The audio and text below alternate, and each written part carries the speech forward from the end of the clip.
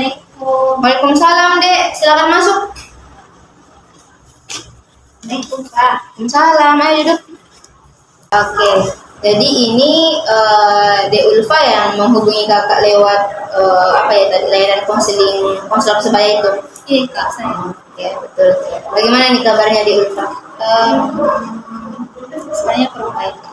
Kurang baik sekarang. Bukan kabarnya tapi perasaannya. Jadi perasaannya sekarang kurang baik ya? Iya kak. Nah, kalau boleh tahu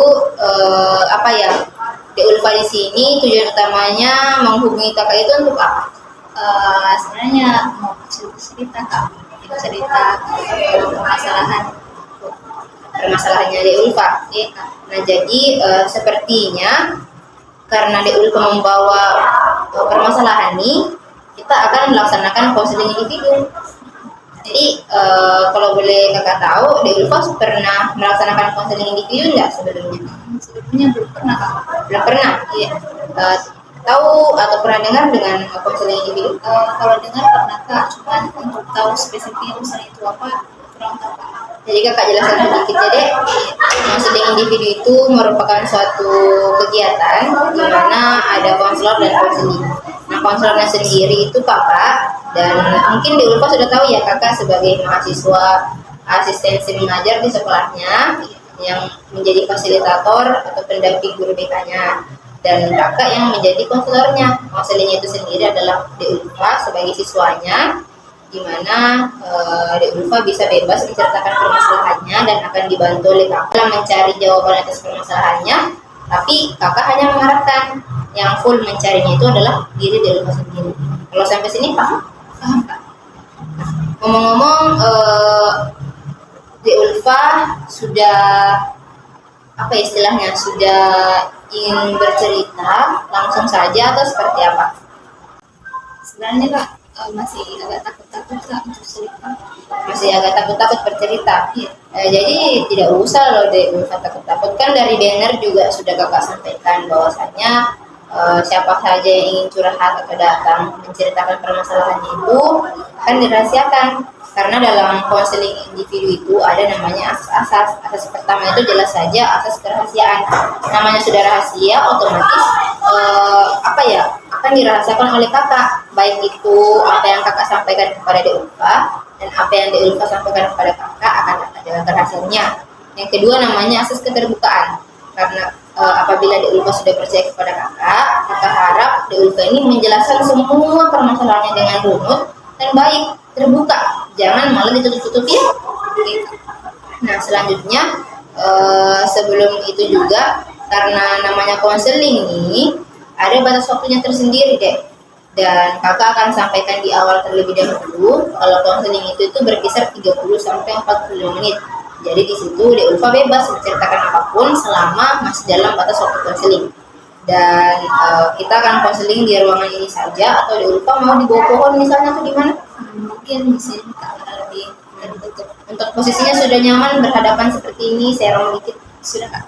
Oke, baik. Bagaimana nih? Dek Ulfa sudah siap melaksanakan konseling? Insya Allah siap kak. Jadi kakak mempersilahkan Dek Ulfa untuk menceritakan permasalahannya terlebih dahulu. Soalnya begini kak, kemarin itu sempat kayak merasa kayak dijauhi sama teman-teman kak. Dijauhinya itu kan ada temanku, ada circle gitu. Isinya itu 5 orang sama saya kalau nggak salah. Berarti karena 5 orang sama Dek Ulfa, berarti ada 4 temannya. Iya kak. 4 orang ini itu kayak pergi kerja UASnya, kayak kerja di UASnya sama-sama tapi tidak diajak kak. Jadi Dek Ulfa sendiri yang tidak diajak. Iya kak. Nah, dari mana Dek Ulfa tahu kalau Dek Ulfa sendirian yang tidak diajak? Kemarin itu kan kayak 4 orang ini, 3 orang ini tuh udah story-nya, cuma ada 1 orang yang kayak bikin di story berempat sama 3 orang ini, tapi nggak ada kayak gitu, jadi udah diajak kan gitu, udah bilang mau pergi kerja UAS. Jadi istilahnya nih circle-nya Dek Ulfa itu kerja UAS kerja UAS, tapi Dek Ulfanya sendiri yang tidak diajak. Iya kak. Nah, sampai di sini Dek Ulfa, apakah permasalahan ini baru terjadi kemarin atau sebelumnya pernah terjadi? sebelumnya belum pernah sih Kak. belum pernah terjadi. Nah, selama hal tersebut atau misalnya peristiwa ini terjadi, kira-kira De Ulfa pernah tidak menanyakan kepada temannya ini kenapa tidak diajak? Belum pernah sih Kak. Belum pernah mengajukan pertanyaan. Atau kira-kira De Ulfa pernah tidak mencoba mencari tahu kenapa De Ulfa tidak diajak? Belum pernah juga Kak. Belum pernah. Jadi ini belum tervalidasi dengan baik, istilahnya masih dalam pemikirannya De Ulfa sendiri. Iya Kak, begitu. Kalau kakak boleh tahu, kira-kira dalam perasaan atau pemikirannya De Ulfa, pikiran-pikiran apa saja yang muncul atau timbul dari permasalahan ataupun yang ceritakan tadi? Jadi bagaimana deh? Mungkin Kak, kayak gara-gara bodoh kan jadi tidak diajak Kak gitu pergi.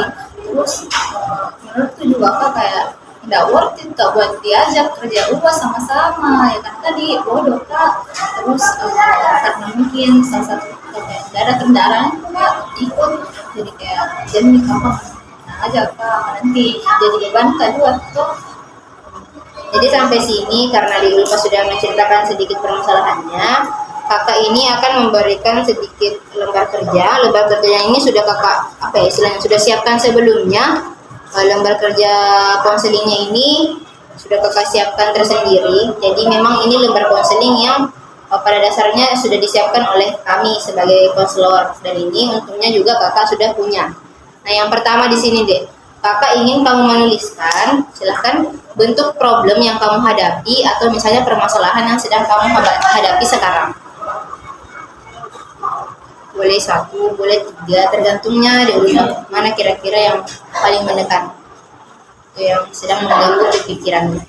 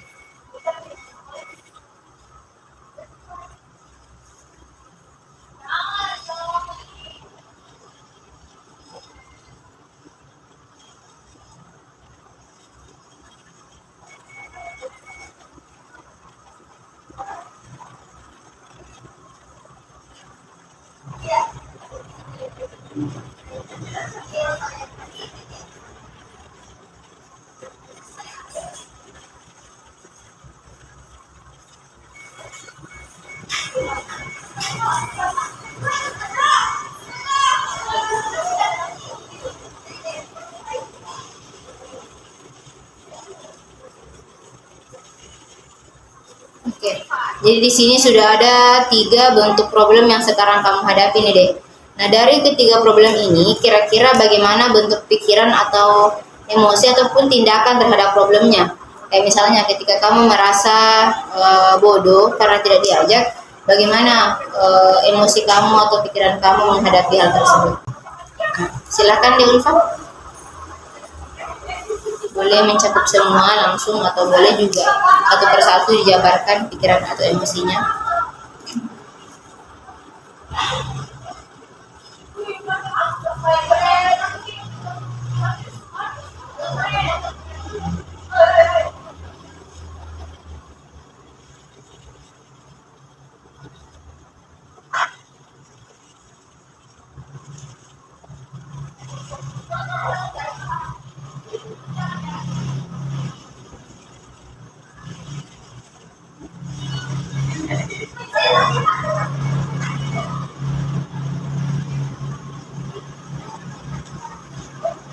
Jadi ada 2 bentuk pikiran dan emosi ataupun tindakan terhadap problem yang tadi.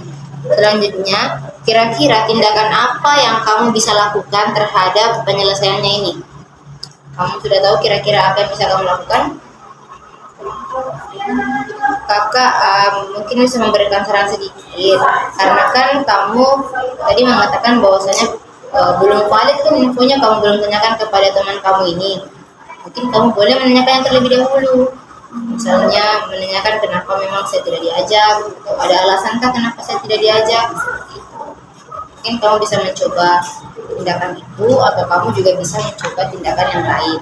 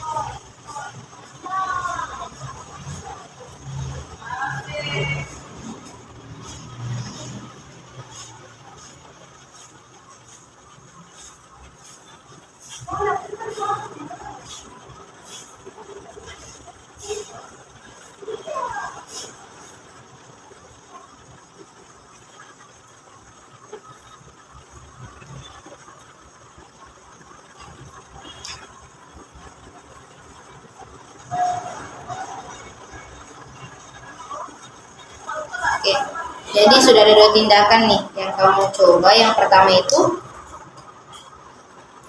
Saya seharusnya mungkin menanyakan terlebih dahulu ke salah satu teman alasan mengapa saya itu tidak diajak Kak. Lalu terus yang kedua, seharusnya mungkin ini Kak, saya kayak tidak ada sama sekali kayak perilaku atau tindakan yang bikin nih temanku tahu bilang, oh ternyata muka diajak begitu. jadi kayak kamu kelihatannya ini tidak ingin atau tidak ada keinginan untuk belajar bersama, padahal nyatanya mau. Iya Kak. Selanjutnya nih Dek, kita selesaikan saja dengan yang pertama. Kita langsung ke bagian ketiga nih, yang kolom ketiganya ini. Kan sudah ada situasi yang problem yang kamu hadapi, dan juga sudah ada pikiran atau emosi dan tindakannya. Jadi di kolom ketiga Dek, mungkin kamu bisa tuliskan kira-kira kenapa kenapa pikiran kamu ini bisa muncul. Apa yang mendasari kamu berpikir hal yang seperti ini tadi? Apakah sebelumnya kamu punya punya trauma mengenai hubungan pertemanan kah? Atau kamu pernah sebelumnya diabaikan oleh teman misalnya? Jadi silakan ditulis deh yang tadi mendasarinya. Jadi dulu Kak pernah Kak kayak dijauhi sama temanku sebelum aku berteman sama ini. Terus usaha Kak buat berteman sama temanku yang ini malah dijauhi Kak lagi. Jadi sudah istilahnya pernah dahulu berteman dalam bentuk kelompok besar seperti ini, terus ada kejadian seperti ini. Iya. Tapi betul-betul terbukti belum? Kalau misalnya kamu dijauhi memang karena alasan yang kamu sadari. Sebenarnya Kak, yang temanku yang dulu juga berbukti kayak terbukti. Kalau misal dijauhi Kak gara-gara apa begitu, nggak mau tanya Pi juga. Langsung saja aja Kak cari teman yang lain terus ketemu Kak sama temanku yang ini. Itu Oke, Kak. begitu ya Dek. Iya. Mungkin bisa dituliskan Dek.